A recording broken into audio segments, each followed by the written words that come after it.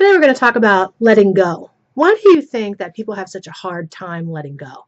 You know, there are books written about it, the language of letting go, like it has its own language, or sayings about it, like let go and let God. That sounds so romantic and wonderful, but at the end of the day, people are like having a really hard time letting go of anything. You're holding on for dear life. Why? Well, let's think about an apple tree for a minute. Just back up. Why are we thinking about an apple tree? Let me tell you. An apple tree grows gorgeous, big, and strong, and it's the epitome of how to let go. It's the greatest teacher on letting go. Grows up, grows this beautiful fruit, and it's just hanging out with its apple tree self, looking at its fruit, and it's like, look at my gorgeous fruit. Does it look good? It's yummy. Look at that one. That one's really nice. Oh, that one's rotten. Let it go. It doesn't the difference between us and an apple tree is if an apple tree were us, this is probably what it would look like. Oh, look at all my gorgeous fruit. Oh no, I got a piece of rotten fruit here. Oh shit, what am I going to do with this rotten piece of fruit? I could let it go, but like, what's going to happen if I let it go? I mean, it could hit somebody in the head. It could hit like an innocent child, a bystander. What if I don't grow another one?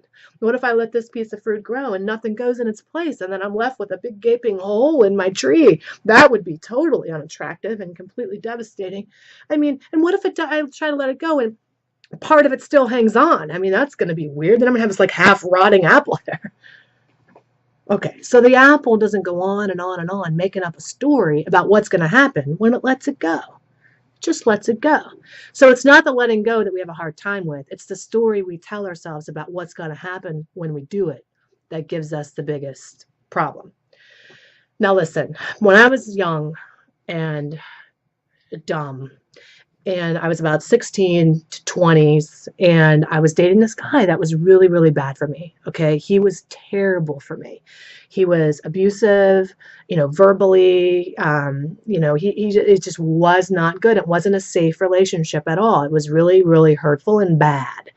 But the story I told myself about why I couldn't leave went something like this. Well, he's going to hurt himself. I mean, I'm the only person he can really count on is me, and he doesn't really have anybody else. And he actually is pretty unstable, so he'll probably chase me down and find me and hurt me, so I can't leave. Well, one day I decided I was going to pull the trigger anyway and go.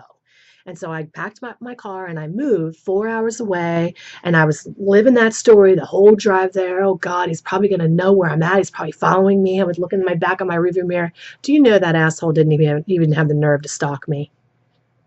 I moved and he didn't even call. He didn't even look me up. He probably didn't even know I left. And he had a new girlfriend within a week. The story you tell yourself is probably not going to happen. Okay, so the reality is if you divorce the story and just let it go, then that's how you let things go. You stop telling the story. I hope that's beneficial for you. Let me know. Do you have a little piece of rotten fruit you need to get rid of, or you're hanging on and you're like, what's going to happen if I let it go? Let me know in the comments below. Look forward to hearing from you. As always, go to lovecoachheidi.com and sign up. Subscribe to the newsletter because every week we put out, really cool videos like this. And of course, you want to be in the know about these things. Anyway, look forward to seeing you soon. Bye-bye. Take good care. Let it go.